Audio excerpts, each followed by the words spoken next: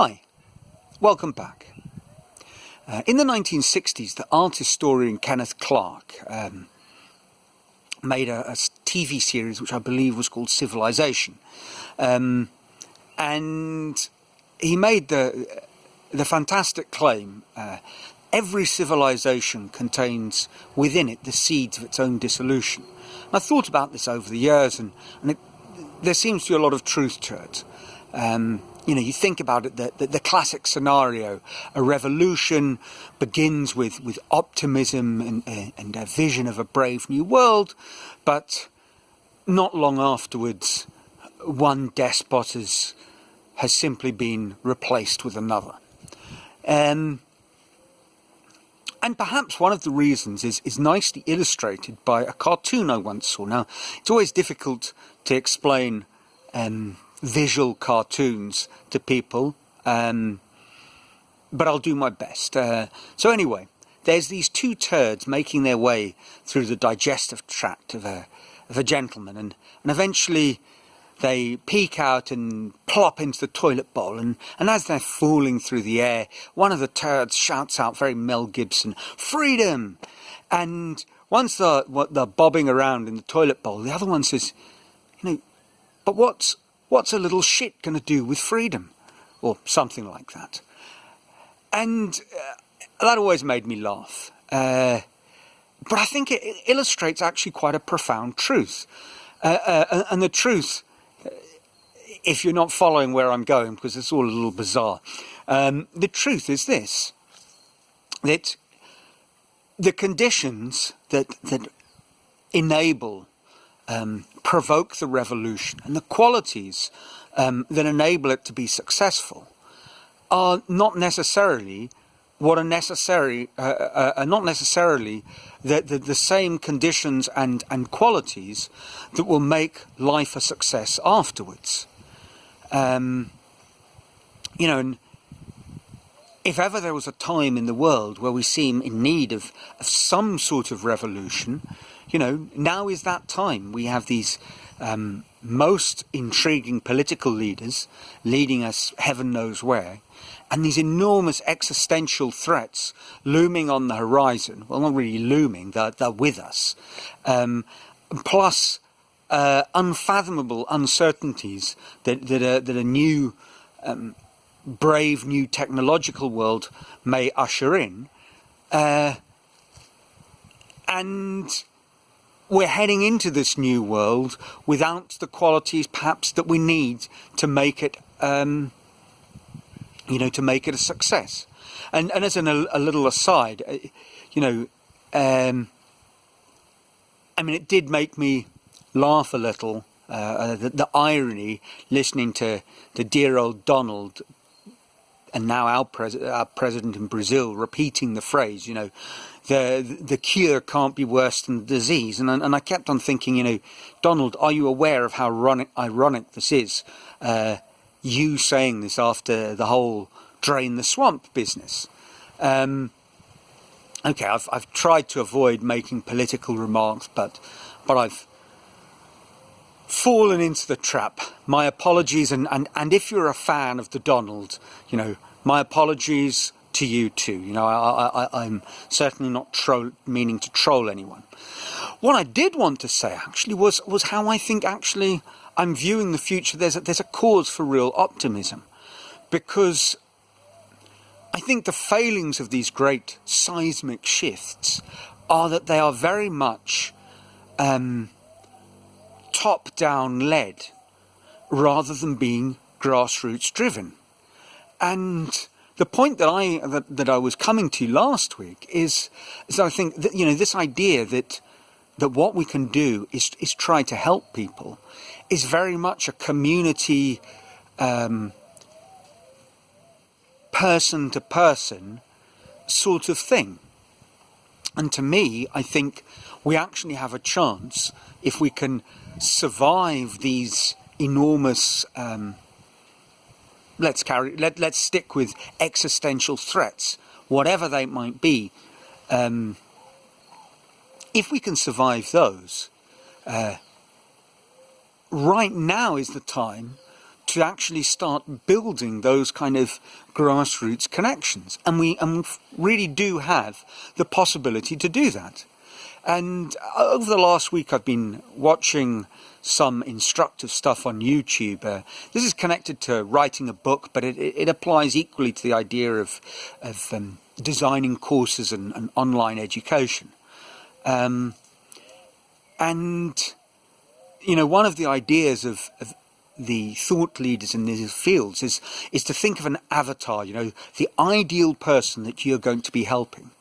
And the marketing strategy is not to try and find as many people as possible to buy in, but to find your smallest possible core audience, and using the now very popular mimic, is that a word?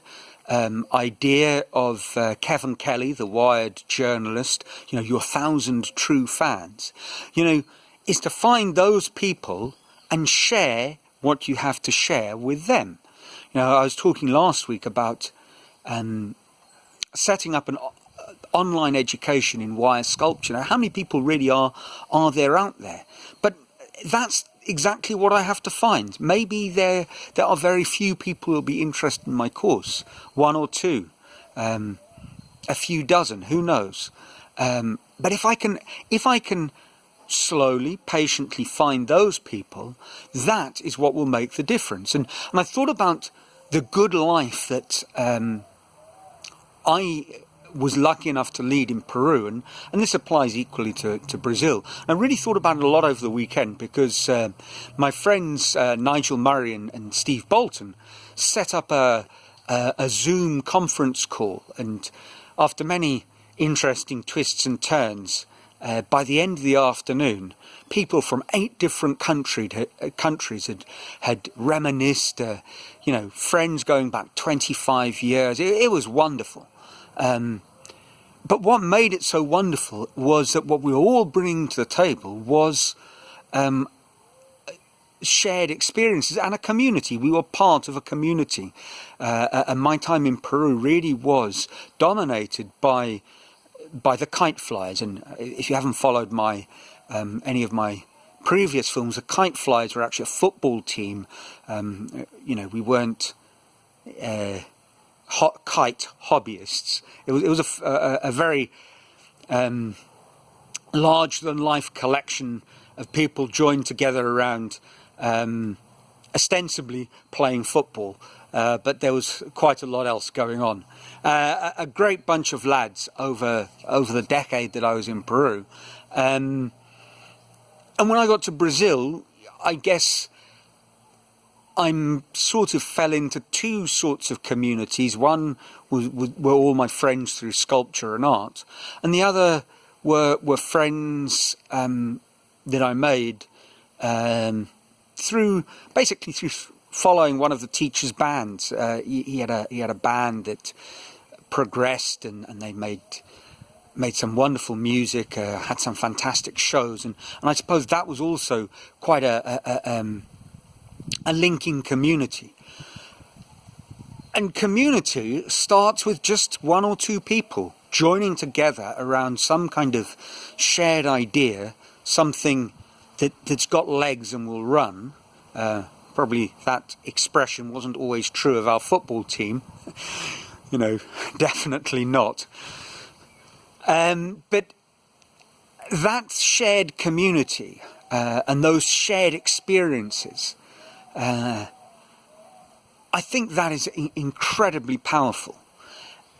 And part of that, you know, certainly online education, that's a big element of it. I think it's going to be a big element of it, of forming a group of people who have this common design to share ideas.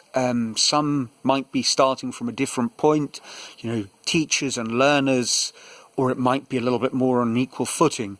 But I think this is a wonderful opportunity that we have, and perhaps the biggest single cause for optimism in the future, in the face of so many serious challenges.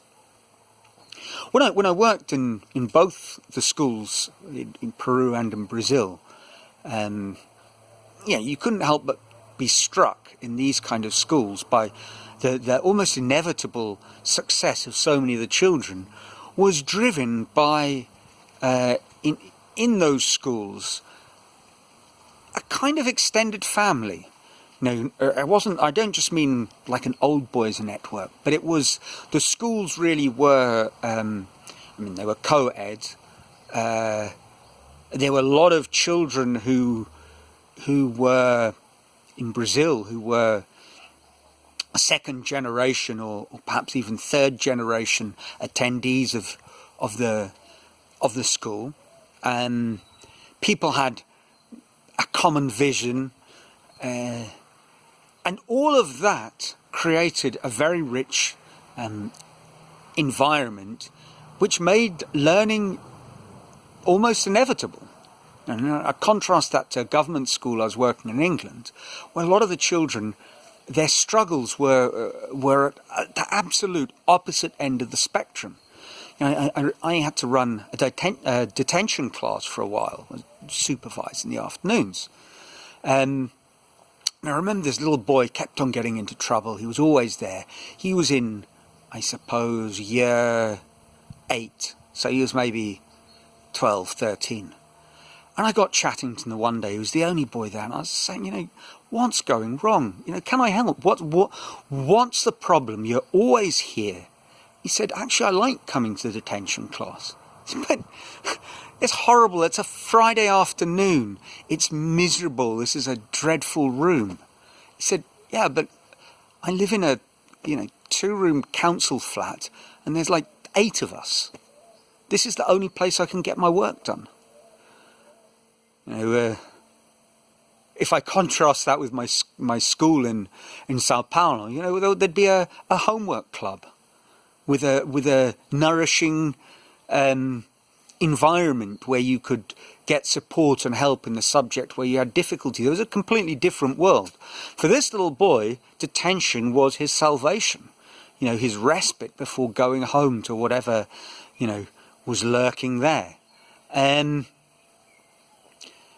So when we talk about helping people as well, I think I certainly don't want to underestimate or downplay the amazing job that all of you out there are doing if you are parents and good parents and involved parents. I know how much I benefited. I think, the hours my mother spent waiting for me to finish athletic training, or sitting in a parked car while I was running around the park, or sitting at interminable chess tournaments and to try and make those go better. She actually got my brother and I to give her chess lessons, so at least she understood what I was talking about when I said, I've won a pawn, I've won the exchange, or I'm suffering a kingside attack. She knew what I was on about. But the amount of support that I was lucky enough to get at home, there's no underestimating that. So congratulations if you are a nourishing, caring parent. But I think what I'm talking about is an opportunity for us to share what we have with maybe a very small market out there. And market is too much of a financially driven, commercially driven world. A very small audience of people who would benefit from our generosity. And I think that is what we're in the position to do.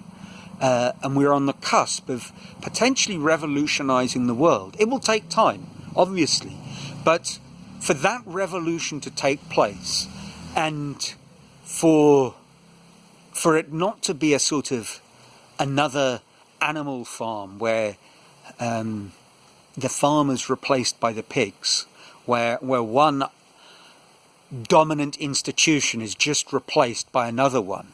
For that to happen, it has to start small and grow from a seed rather than be imposed by an ideology or an organization. So a bit more serious this week, but that's what's been on my mind, so there we are.